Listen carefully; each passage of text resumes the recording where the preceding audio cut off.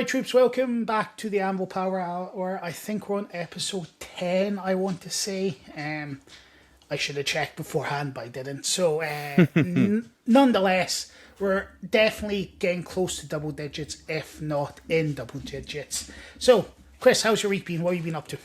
It's been a mental busy week again. A lot going on at work. I don't know if I should say this, but I'm going to say it anyway. We had a fire on one of our building sites recently. The site cabins caught fire and everything inside them burnt down. So that's been keeping me busy, getting new laptops set up, new internet connection, Yeah, new basically, photocopier. what's that, a couple of maybe £10,000 plus worth of damages just in electricals by itself, and then anything Oh, else on top's easy. bonus. Easy, yeah. Easy. It's a lot of damage, a lot of damage. So that's kept me very busy this week. Yeah. Yeah, how's training going? How's training going? Training's been really good. On a new program that Yes. we discussed a couple of weeks ago. So I'm really enjoying that. Yeah, it's been good fun. Really good. And have we managed? I doubt it with the extra stress. Yeah. You'll be doing I've your checking afterwards, but and I doubt with the I extra stress. But I don't. I've not actually Have we? populated the numbers yet. I've got them noted down on my phone Yeah. to populate my sheet. I'm Yeah, sure. keeping that a secret just now. Okay, right. See, this bugs the shit out of me. What you should be doing is filling in it before the fucking check-ins. I know. Hey, but this isn't a check-in. This isn't a check-in. Yeah, but your check. What happens directly after this to allow us to upload the rest of this podcast is your what? Oh, check-in. Yeah. Yeah, exactly. Yeah, So, I forgot about that. Sorry, I thought it was going to be Sunday. right, yeah, that's fair. That's fair. We can move it to Sunday. It shouldn't be an issue Yeah. at all. But yeah, didn't you worry about that. But so good, successful week's training. Yep. Yeah, And and everything. training's actually helped with work stress. It's nice just to get in and clear the head. Yeah. And what I find is that if there's a problem that you finish the work day on, sometimes you can go in, blast an hour and a half's training, you have a different perspective on it, and you come out thinking about the issue differently and maybe a different resolution to it. Yeah, definitely. Like I think a lot of problems engage a high level stress response, which is what a lot of people have to deal with. And then from there, what we need to do is we kind of need to calm ourselves down. Yep. And training can be quite good for that if you can compartmentalize. And that's a big thing you have to be able to do. Otherwise, we don't want to be taking our problems into training, because inevitably then the problems we're taking into training actually override our training itself. Yeah. And we can have a very negative feedback. Whereas if we can compartmentalize and get some good training out of it, then having a more positive look on things after you finish training and release some endorphins can make a huge difference and stuff like Yeah. that. So But I I'm totally quite get where good you're at coming doing from. that. I'm quite good at doing that. Yeah, you are one of my better clients for compartmentalization and stuff like that. That's for sure. Like, there's a few that just canny, and I'm one for that as well. Like, I struggle with compartmentalization as well. Like, when it comes to like doing it, I will carry a lot of my stresses over into my training and stuff. So I Yep. find personally, for me, reading and hobbying are my two ways of actively bringing me down. But I think that's because training is more of a work thing for me rather than a hobby. Of course. Like, as Yeah. much as it's a hobby and I enjoy doing it, it is still, for me, a work consideration to an extent. So I have to consider it like work Yeah. in the way of recording social media and getting everything done. So there's lots of things I need to do while I'm in the gym. And because of that, I think that I don't actually use it as a relaxing tool. Whereas when I'm doing my hobby stuff or my reading, I can actually switch off then. And Yeah. that's when I actually consider what I consider to help me relax. But if you have a hobby or something that you do use to like chill out, that's really effective, do it immediately after high stress days. Or if you don't know what that hobby is, go find it. Go find that hobby, because that hobby will help you in the long run of actually getting through the whole day and getting it done. Whereas if you're going to remain stressed and you carry that across into training, that makes training go negative. Then we're starting a horrible cycle that will lead to a usually end up, if you're trying to focus on weight loss, I will guarantee that there'll be a binge in the future, or there will be some kind of fuck up when it comes to food, or if it comes to strength training, it can potentially end up in injury and stuff like that as well. With an all or nothing approach, that ends up getting people hurt. So when you're doing this, just make sure that you're trying to decompress as much as possible. We might make this a talking point for next week's podcast, because I feel like that's the one that's naturally came out quite well. So we might actually use this and go into more detail next week, because that's a good idea. That would actually be a good one that just naturally come out this week. So my week's been not too bad. I have altered my medication. Rather than taking it in the morning, I spoke to my doctor, I can take it after I train. And because of that, training has jumped up. Nowhere near, like, I'm not back at 100%, but I'm at 90%, and I'll take 90% right now. That's good. With it. But the more important thing for me is I am, as of this morning, 5.1 kilos lighter than I was 8 days ago. That's that's a big drop. Yeah, I'll point out now, a lot of that was war weight. A good deal of that's water weight, but I'm looking into this medication. It's not an aid for weight loss. But, so, my issue, I think I talked about this a little bit on the last podcast, I'm not too sure. My heart issue forces my heart to beat at an irregular rate and at a much faster rate than it should be. So naturally my heart's always running a little bit high. The heart rate's always been elevated and stuff like that. So the medication I'm on are beta blockers. The beta blockers are artificially slowing my heart rate down. I think that's bringing my body more into a more relaxed state. And when you're in a more relaxed state, you can recover better. When you recover better, that's when you see weight loss start to kick in. That's when you see muscle repair, etc. So I think a lot of the reason I'm dropping a lot of weight quickly than now, maybe because my heart rate's just down in a slightly more comfortable position where it should be, rather than being constantly elevated all the time. Like, the beta blockers do force it down to a point where it beats at a more regular pace, and then the benefit of recovery kicks in. So that's why I actually think, this is why I think this medication is helping with the weight loss side of things. But that being said, I have been very strict in hitting about 8,000 steps every single day. That's 8,000 steps out with the dog.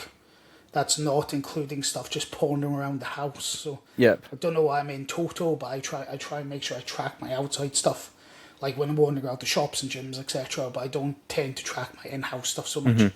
That's 3.2 to 4 litres of water a day, 3,500 calories on training days, and just 3,500 calories every single day, because I'm trying not to screw about with the system and keeping everything as standardised as possible, and just consistently eating similar foods, which for me is not a problem. I could eat the same thing every day for a week and not get bothered with it, especially if it's foods I like. And when it comes to weight loss side of things, troops, just keep it fucking simple. So my morning is almost always bagels, square sausage, bacon medallions, and then a chicken sausage. If I'm on training days, I have 2 potato scones with that, because that then boosts my carbs up for training. And they're tasty. Yeah, and they're tasty, and I have that every single day, and I'm 5 kilos lighter, and I've had that pretty much constantly since I started the whole weight loss thing. So I'm kind of like, I think I'm in the region of 42, 43 kilos in total loss overall. I'm just back into a positive weight loss again. But yeah, I'm still at that point, and I'm still enjoying this stuff. And don't overcomplicate it. Don't make it difficult. But when it comes to this sort of stuff, expect to see a few more YouTube videos coming up soon. I'm gonna break this stuff down a little more in detail myself and stuff like that. So worry about later on. But yeah, all in all, training's going well, cardio's going well, doing 1,000 calories of cardio a week, which is 20 minutes per session. So across 4 sessions a week, 20 minutes per session. In the grand Like, scheme of I'm things, not- that's not a lot. It's not a lot. No, That's... it's 10 minutes before, 10 minutes after. Yeah. Stick an audiobook on, listen to a podcast or something, hammer my way through it, and then just getting, like, I do sandwich it, like, because the thing I enjoy doing is training, whereas the cardio stuff is less enjoyable. So I do try and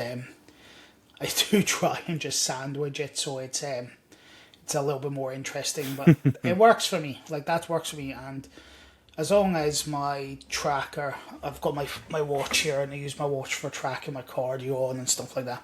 As long as I keep on top of the cardio side of things with the tracker, then I'm happy with it. So I do think this is fairly accurate when it comes to energy consumption. But again, 20 minutes every session. I've looked it up on multiple different websites to check energy consumption. They all average roughly, when I take the combination, add them together and average them, they all tend to come out roughly around what the watch is saying per session. So I'm That's just good. assuming that's fairly close. But what we're going to talk about today, so today's conversation is going to be about 1-rep maxes, when to do them and when not to do them in strongman, and then how to build client relationships, and how we in Anvil build client relationships, which is mainly just bullying, but we'll go into our bullying in more detail in a few minutes. So we'll catch you back in a few minutes for the strongman section.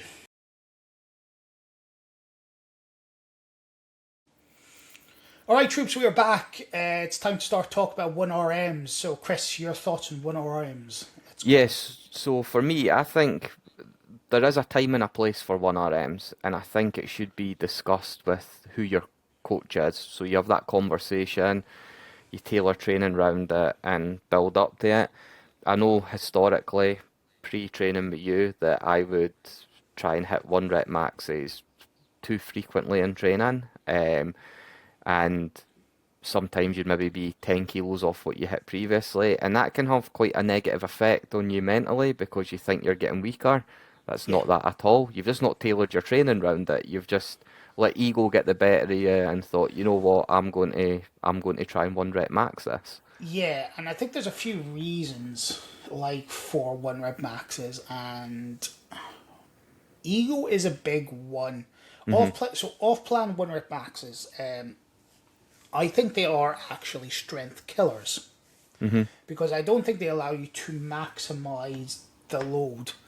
I tend to find that they come from one of 3 reasons. Reason number 1 is ego. Yep. Is like, I need to be seen as being stronger, which is the first one. Reason number 2, which I think is very common, is I feel weak at this point of my training. So training is not producing the rewards that you're wanting. So, for example, like, you don't feel strong in your general training. So what happens is you then try and 1-rep max to just make sure you're still strong. Yep. And reason number 3 is just vanity. You can't be left going more than a couple of weeks without 1-rep maxing. So because of that, people are like that. I've just got to 1-rep max. Like, I just need to do it. You don't need to do it. You can't be arsed. Wait. Or I suppose number 4 is you're impatient, which is another one. Which impatience is probably one of the biggest things. Like, you want to get stronger, but you don't want to work for it to an extent. So halfway through a program, you're going to try and 1-rep max, which becomes incredibly problematic because we probably haven't made you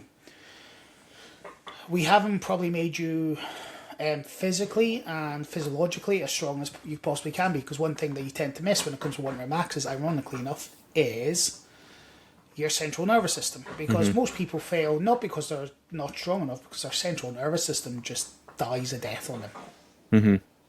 And that's where the problem lies in the situation, to be perfectly honest. Is the central nervous system gives out long before the body actually does. Yep. So all that hard work that you've put in during your training phase is spat to fuck because your central nervous system can't handle the load, and because you haven't prepped your central nervous system, you're just going to waste it. So, are they beneficial in strongman? No, not really, in my opinion. The only time 1 rep maxes are remotely beneficial in strongman is when you have an event that's a 1 rep max. Mm-hmm. How many events are 1 rep maxes versus how many events are rep events? I think, and I think you're seeing the 1 rep maxes less and less nowadays. There's no often you see a max pull or a max overhead or a max squat anymore. It's because they take too long. Mm-hmm. They take too long to process at competitions, especially if the competition has 20, 30, 40 folk. Like that's... Say you've got... So let's take the average competition has, between 20 and 30 competitors on average. Mm-hmm. If you're doing a minute-based event, yep, that's going to take you 35 to 40 minutes if each person's going one at a time. Mm-hmm. Probably half the time because you've got 2 bars. Yep. Now, let's swap that let's make that an attempt with a bunch of people trying to pull 1 rep maxes, 2 to 3 attempts, even on 2 separate bars, the loading, unloading of the bars, jumping up and down in weights, etc. That's no longer 20, 30 minutes, that's an hour and a half. I remember going to one Scotland's Strongest Man, the first one I ever went to. I left after the deadlift event because it started at 10 o'clock, it was about 2 o'clock by the time they finished the deadlift event. And because every single person had a chance to pull every single jump. Mm-hmm. And one of the competitors there was pulling every single lift. Yep. And I was like, and by the time we got through it, I was like, I'm fucking bored now. I'm bored. I've had enough. Like, it's bored. Like, 1 rep maxes are cool sometimes, but most of the time, they're pretty boring to watch. Mm-hmm. They're cool for the lifter. Yeah. The lifter pulling a new 1 rep max, fantastic. But see, for everyone else who's watching it, they get boring after a period of time. And I think that's why you're not seeing them as much anymore, because they're not time efficient in competitions. No, I totally agree with that, and I think another good example of that was Natural Strongman at Worlds last year. Got 160 athletes, and the axle event was overhead, and it was great. It was cool. There was multiple world records set across all categories, men, women, weight classes, whatever. But it took nearly 3 hours to run that. Yeah. And that's your problem in a day and age where we need to put efficiency of health and well-being of competitors first, because having that 3 hours is going to potentially risk a lot of injuries. Yeah. So do we want to be doing it? Probably not. If I was to do a 1 rep max event in a competition, I would be doing it I'd be probably doing that event across 2 days. Mm-hmm. And I would be doing an opening lift and a second lift and maybe a third lift. Yep. Everyone would have to hit the opening lift, which I would set at a reasonably high level. And if you can't hit the opening lift, you're out. Yep. And that sounds harsh, but what you're doing at that point is you're cutting the competition time down drastically. Yeah. By weeding out a lot of the. I totally agree with that, and I do think that's why it worked at Natural Worlds, because it was across multiple days, and you had 2 events on the one day. The 1 rep max event, you knew it was going to take ages. Then there was a second event after that, so you knew, which would have probably been super quick. Exactly. Yeah. Exactly. So to a certain extent that did work, but as you say, it's a long process, and it's difficult all round. You've got spectators sat there watching, you've got referees who are having to sit and concentrate for multiple athletes, you've got loaders constantly in and out trying to load bars. No, I do get it, and that's why you don't really see it on these big stages anymore. Like take OSG Worlds for example, I've never seen a 1 rep max there before. for I the weight can't remember. classes. For the weight No, classes, but they're all for there's reps. 200-300 people there. I know. Like it's not it's not time It's not efficient. feasible. It's not feasible to do that. And when it comes to athletes and strongmen in general, I think it's pretty pointless one rep maxing a lot of the time. You should still be focusing on getting stronger. Like, and by proxy, there'll be times where you can only do an event for a rep. But that's not actually going out your way to test your one rep max, that you getting stronger and stuff like that. You do need to go into the 3s and 2s, and I do think you need to eventually hit the 1s, but I don't think you need to have a true understanding of what one rep max is, like say powerlifters do. Yeah. Powerlifters have to have a true understanding of what their one rep max is, and that's by maximizing leverages and everything, and like with the arches and the sumo and everything, like everything's developed and levered to try and maximize so they can get a true understanding of what their one rep max is. Yeah. In strongman, I think that's less of an issue because of the fact that we just don't see these kind of events as much. Would I stop a client from doing a one rep max? No, not at all. I think they're fun. Like, I am more of a prevalent of 2 and 3 rep maxes because I think the injury risk is a lot less with 2 and 3 rep maxes. Yep. Whereas with 1 rep maxes, you tend to find people do really risk sort of. They put everything on the line, and sometimes they shouldn't do. They should walk away from it, and they might get injured. But in the grand scheme of things, I honestly don't think it's necessarily a bad thing to do them. But do I think they're essential? No, none the slightest. I think it's more important for strong men and strong women to be focusing on getting as strong as physically possible. And the way to get stronger is to do more reps. Yeah. Just to do more reps. And More reps down the line. I suppose as well from a coaching point of view that, let's say you add 20 kilos onto your deadlift, right? You go from 280 to 300. That gives you something to base on percentages for doing the rep work then. So that would be another area where it has its place. You've added 20 kilos onto your deadlift, you're now pulling 300, you can push that 5 RM up now, or the reps in training. But then you've got to take into consideration the athletes. Like, is the athlete a super heavyweight? Who, when it comes to reps, don't like reps at all. Because the demand on their body is so high. So, are they potentially really strong, but when it comes to like 5, 6, 7 rep maxes, they are just nowhere near what they need to, like, what they would be relatively from working out. Working out based on the equation. I don't like equations for working out people's strength. Yeah. I'd rather just test. I'd rather just test it. To be perfect. Yeah. So I'm like, right, I need to know what your 5 rep max is. So we're going to test this. We're going to run a block and test. We don't need to be as worried about prepping the central nervous system. Yeah. We probably need a couple of weeks beat up time because it's a 5 rep max. We're not going to be hammering the central nervous system. It's going to be more probably a muscular fatigue, or realistically a cardiovascular and recovery fatigue issue that's going to kick in first.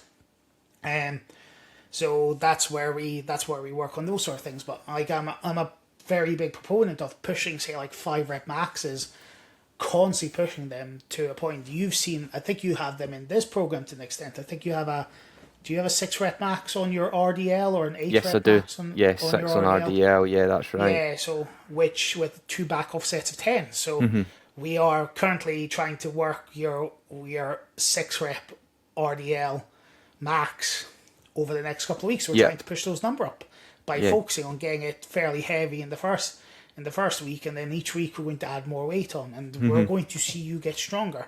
Exactly. I do think when it comes to strongman clients and strongmen and strong women, I think something like this is a must in your training, because see, if you're training and none of your stuff's kind of maximal strength pushing, this is where one rep maxes tend to start creeping up in training. Whereas if I'm trying to push a 4 rep max out of you on, say, log, and we're doing this every single week, and you actually see progress, I think you're much more likely to actually stick and get through your programming, and you're much less likely to go off and do a 1 rep max because you actually are testing your strength. I totally agree with that, and I think as well from a coaching point of view, you need to coach people's minds into thinking that as well, because a lot of people that's new to the sport or new to having a coach, in their mind, strong man, I need to be strong, I need to throw the most amount of weight possible around, and a lot of the time their brain automatically goes, that's for one heavy rep, but that's not the case. You look at competitions and everything is for reps, and Yes. if you can push a 6 rep max every week and even add 5 kilos on every week, that's progress. That's still progress. That's still getting better. That's still getting stronger. It doesn't need to be one heavy single rep for something. No, and that's the key thing. Like, define getting stronger is the question. This is the thing that I think a lot of people need to work out is, what do they mean by getting stronger? Do they mean that they want, like, what do you mean by you want to get stronger? Mm-hmm. The amount of people who cannot answer this question. So for me, what do I mean when I want to get stronger? I want my weights across multiple different rep ranges to be going up. Yeah. So if I'm working in a 10 rep range and I add 20 kilos onto something, I'm happy. I'm getting stronger. Yeah. If I'm working in a 5 rep range and I'm adding 20, 30 kilos, well, let's use that last RDL cycle from before I tore my bicep last year. I added like 50 kilos onto that across the space of 8 to 9 weeks. That's me getting stronger. Factually, that's me getting stronger. But you as a client have to decide what you mean by the term, how do you want to get stronger? Yeah. You as a person must decide, does how I want to get stronger mean I want to just work on my 1 rep maxes, or does it mean I want to get actually like stronger, as in I want to be moving more weight all the time, etc, etc, etc. Yeah. So these are things you have to work. If you're wanting to pull 1 rep maxes all the time, cool, 4 or 5 rep work sets probably beneficial, but you'll be trying to work in those close in and around those single lifts and doubles and triples. But if you just want to get generally stronger, and I think that's the key to getting overall stronger, you have to work every single rep range. And I think as well, everybody listening to this as well, let us know what you think. How do you define getting stronger? Like, it's interesting to see whether your brain goes 1 rep max, or whether it's 3 rep max, or increasing weight in a rep range every week. Let us know what you think, because or increasing rep range every week. Exactly. So if you're like take Luke for example, my client Luke, who circus dumbbell, he's gone from struggling with 1 rep with the circus dumbbell to hitting 3 very crisp reps on circus dumbbell. That's him getting stronger, because that's progress. That's strength progress. That's strength development, because he's actually gone from 1 rep to 3 reps. Now, if anyone's got, that's on getting stronger, you're a fucking moron. Like, honestly, you're an idiot if you think that's not getting stronger. But like, you need to, as people, you need to decide what your terminology of strength is. Like, for me, any progress, I'm getting stronger.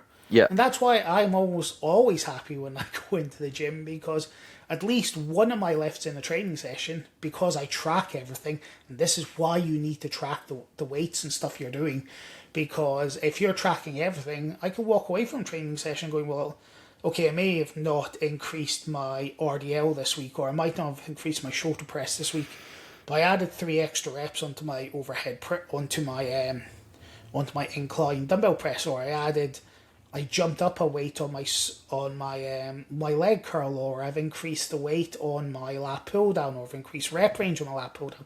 Every single one of those is factually telling me I'm getting stronger. Yep. So this is why you must log your training, and you have to log everything, not just the bits you enjoy.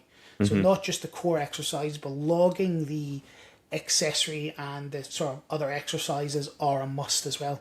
Especially like, you're given RIRs for all your exercises, but I still want to see people putting numbers in on what they're achieving, because then I can look and see if they're progressing or not. And the idea is we must have you progressing. Yep. Cool. Anything else you'd like to add on this topic? Just the one other thing about this is the mental aspect to going to a 1 rep max as well.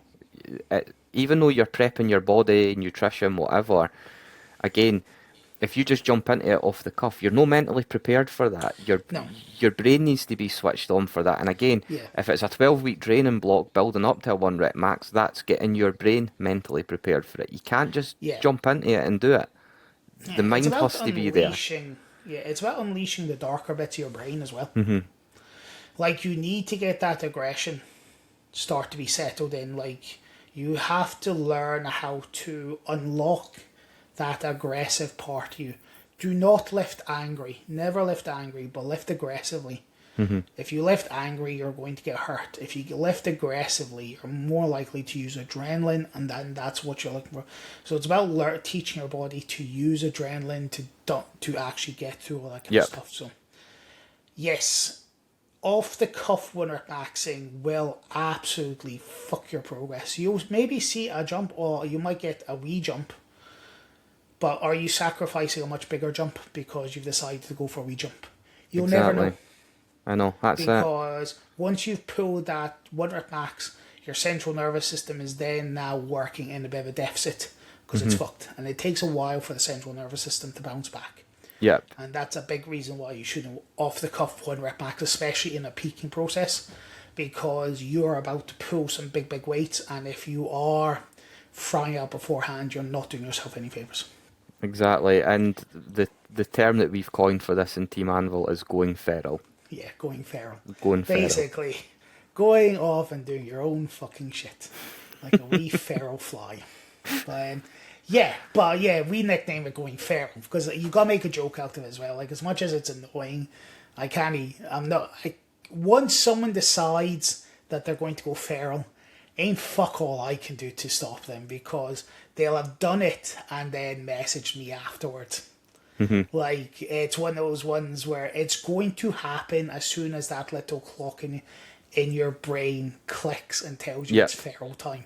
However, we need to decide, what we need to do is try and put enough stress on, like, enough results into you during training so you don't feel the urge to go feral.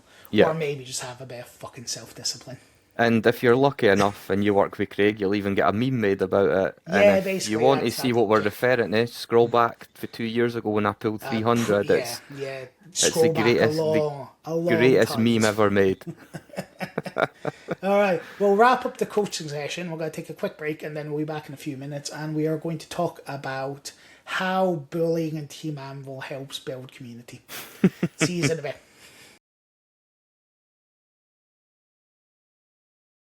Right, troops, are back. Bullying. I mean, we don't call it bullying. We don't even call it banter. We call it, I don't know what we fucking call it. Community building. We'll call it community building. Okay, right, so. But no, at the end of the day, the coaching experience is important. And we need a coaching relationship that actually works.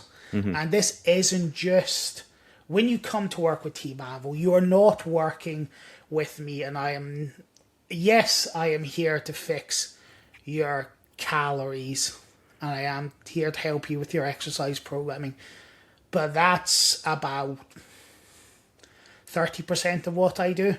The other 60%, of what I do is try and actively help you make your life a little bit better in any way I can do it. If it's listening to your problems, if it's helping you de-stress, if it's helping you build systems to work, if it's listening to problems and giving you an outside perspective. What my job in Team Anvil is, it's got very little, as much as its main focus is to get your results. I always do say that my goal in Team Anvil is to try and make my lifters happier people in process. My clients are all about trying to improve not just their training, not just their nutrition, not just their body image, not the ability to compete, but I want them to be happier. I want them to lead more productive lives. And a lot of the time, that's me focusing on that. So it's things like talking about sleep, trying to improve sleep, trying to reduce stress, all these kind of things. Like, there's so much stuff that we do in Team Anvil that isn't just based around exercise. Like, we rip the piss out of each other constantly. Oh, monumentally, yeah. Like, it's very close to abuse, but it's fine because it's consensual. But yeah, so what do you think of this? You're probably one of the better people to speak on this because we've been working with each other for a long time and we know each other and we're mates. We're mates Oh, now. We definitely. are mates and stuff like that. So. Definitely. I mean, like that's one of the big things for me is that yes, you are my friend, like, and I have no issue with picking the phone up to you if things are going wrong or I need to speak to somebody. You've done that for me as well. There's been times where I would come through to the old gym that you had just so we could de-stress, have a chat, Yeah. and train as well. And I think that's the beauty of the culture that you're creating. And I know that Jamie's like that. He's a relatively new client for you, and I know Yeah. he feels the same way as well. He's discussed things with you. Kat has, and I'm sure a few that Yeah, the other exactly. clients And have as well. And like, it's the culture that you build. no, and I want to help folk. Like, an example of this is my client Marcus. He was struggling a bit with finding hobbies, so I introduced him to a hobby club that I was planning on going to myself, but then I couldn't get along to due to the fact that demands on my life changed. So the night that I was on, I didn't have the free time to go anymore. Again, that's the thing with being a coach is, especially a personal trainer or a coach like myself, is I do on occasion quite frequently have to sacrifice my own free time to help people out, because ironically enough, the time where you struggle most is the time where people are usually, that is the evenings, the mornings. Like, you're not going to be in working hours time. This isn't the standard 9 to 5 job. This is a problem will come through at maybe 6-7 o'clock at night, and it can be quite serious and needs to be actioned. Now, don't get me wrong, I'm going to tell you this right now. You phone me at 3 o'clock in the morning, you're going to get a very sweary reply, unless it's an absolute emergency. I am a proponent of this whole sort of like available 24/7. I'm not, but I am here when you need me. And that's the big difference. Like, if you need me, I'm there. Am I available 24/7? I'm not, because I have my own life. I have my own things I like to do. And sometimes I need my own quiet time to help my brain recharge. However, if one of my clients needs me, I will be there. That's the big difference in what are in between Team Anvil and other sort of like coaching methods is a lot of other people like, oh, I'm available 24/7. I'll be upfront, and I'm not. I'm not available 24/7. I'm available when you need me, and that's a big difference. But I think we also learn that mindset from you as clients, and there might be times where clients will rely on each other then, because if they know you're busy, they might pick up the phone to me. Like, I've spoken to Jamie about stuff, he's spoken to me about stuff. Yeah, exactly. Like, but it's the benefit of training with friends. Like, exactly, that's it. Like, and that's the thing. Like, when it comes to my job as a coach is to try and make you as self-efficient as possible. And so, like, there's a lot of times where I need you to be able to think about things yourself and put things into practice. So whereas you, like, at the start, I might get the question, oh, how do I do X, Y, and Z? Which is fine. That's a perfectly acceptable question. If that same question comes up 9 or 10 times later, you're not listening. My goal is to try and teach you, so when the problem comes up again, I was like, I remember messaging Craig about this last time. He suggested this, so I'm going to do this again, and it should work. Yeah. A lot big job of what we do with Team Anvil is actually just build plans for when shit goes south. Like, what we're doing is we're building plans for when shit goes south, because inevitably it will do. Like, for when you need to hit that emergency brake glass. Yeah, basically, and then there's a plan there that hopefully goes. Or the other thing is something goes wrong, and they're like, fuck. And then what we do is like, right, let's sit down retrospectively with the benefit of 2020 hindsight, and then see how we can fix it. Okay, right there. But that's it. Like, we talk, we have a laugh, we make fun of things. Like, you need to have a laugh. You need to have a laugh in coaching. It can't all be serious. And I think one of the biggest issues, bugbears for me, when it comes to the coaching business, is the coaches who don't take active interest in their clients' lives to an extent. So I remember seeing a coach offering one-to-one coaching, £100 a month it was, and you get a program, and then you don't hear from him except for once a month. And the thing is, like, you cannot contact me outside of this one a month window. Yeah. £100 to be ignored. Fuck that for a game of soldiers. Yeah, that's a lot of money to spend madness, for that. Yeah, and that was one of our more popular designer strongman coaches and stuff like that. The people that people will jump on, but these people also probably have apps, so they get you signed up on the app, so they can just ignore you on an app instead. Exactly right. I'm going to say something here. I fucking hate apps. I fucking hate apps. See apps for check-ins. See True Coach. It's fucking shit. Because it's just faff. Just a waste of time. Just do Google Sheets and get more detail into things. That's my opinion. Like, some people like them. I fucking hate them. I don't think they're useful. And see these new sort of like fitness check-in apps. I'm really detesting them because they very rarely provide any useful information. When it comes to a feedback video, what we ask for is how training's gone, how nutrition's gone, and anything else you want to talk about, no matter how small you think it is. Yep. And then the other thing we ask when it comes to the check-in process is what's coming up in the next week that you're worried about. So these are the things that need to be asked, and I like when the videos come back, they can range between 3 and 15 minutes. And this is the information I need to help. Like, I need this information to help. And a lot of these apps don't even bother with that kind of stuff. They just ask stupid, pointless questions. And then I hate traffic light systems as well.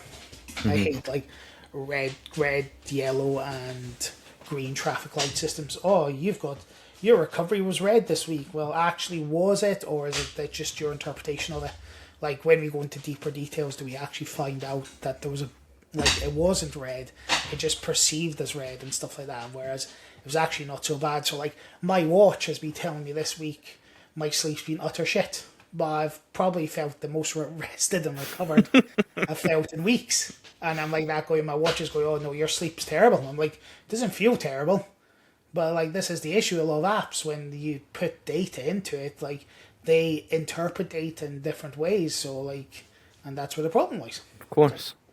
But yeah, so when it comes to this kind of stuff, and what I do want to do in the future when it comes to Team Anvil is I would like to get maybe some social events and stuff on the go. Once I've got everything tied down and I can open up my calendar a bit, I want to like get some social events done, maybe some group training sessions and stuff like that done. But we'll burn that bridge when we get to it. But like, community is quite a big thing, and I want all my clients to feel like they can actually talk to me. Yeah. Like, if a client feels like they can't talk to me, that's a problem. And it's no problem. I always try, as much as I will make a joke out of pretty much everything. I joke because I care. Yeah. If you don't joke, you don't care. Basically, if I'm serious with you all the time, then there's probably a concern there that you need to address as a client. And like, but if I don't, like, it's one of those things. Like, though, it's just you work with clients. Each client you work in a different way. So like, work when you're like self and Jamie, and even when I work with Big Chris and stuff like that, it was all just abuse. Like, it's just abuse being flung back, left, right, and Chelsea. When I work with the ladies, it's a lot of the time it's just pure abuse being flung left, right, and Chelsea. But sometimes there's a little bit more of a kind, more caring Craig put in there once in a while. Once in a while. Once in a while. Yeah. The rest of the time it's just pure abuse. Until there's a problem. And when there's a problem, then my full attention is put onto that problem itself, where I pay attention to the entire thing. There is no joking, there's no laughing about. There's just, let's get this problem fixed. Exactly. And then that's how coaching works and how we do it correctly. So, anything else you'd like to add in for this section?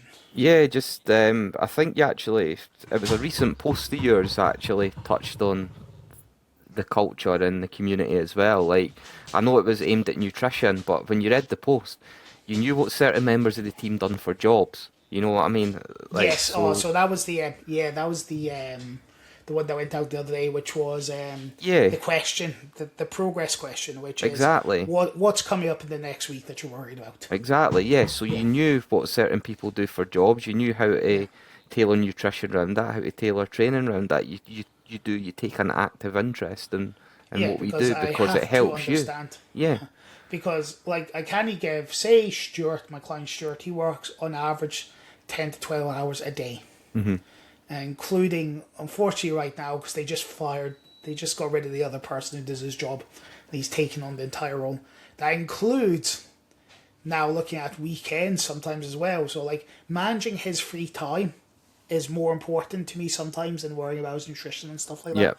Because we can, to an extent, deal with his nutrition as and when, but we need to make sure that he's, like, I'm on his ass to make sure that he isn't burning himself out all the time. And that's my job with him. My job with him is making sure that he doesn't end up man down because he's worked himself raw. Like, a bigger job for me in that coaching situation than actually getting into the gym and coaching with him is actually making sure that he manages his free time correctly, so he actually feels like he can recover and recharge and have a bit of a social life. And that's what coaching is. Coaching is to fix every problem, not just the problem you have right now. Totally agree with that. Yeah, that's pretty much it. So I think we'll wrap the podcast up there because we've been going for a good while. And Tier's starting to sing the song of his people as well. Yeah, basically, yeah, that's the I need attention immediately song. So I will wrap up here. Thank you very much for listening today. We are testing this out on a new system, so hopefully it should all go to plan. We hope. We hope. As always, please like, comment, and subscribe. That would be great. And if you have any questions, add them below or message us directly on our social medias, which should be cropping up down here. If not, then they'll be added in post-editing when it gets uploaded to YouTube and stuff like that. But till then, we will catch you later. Enjoy the rest of your day. Goodbye. Thank you.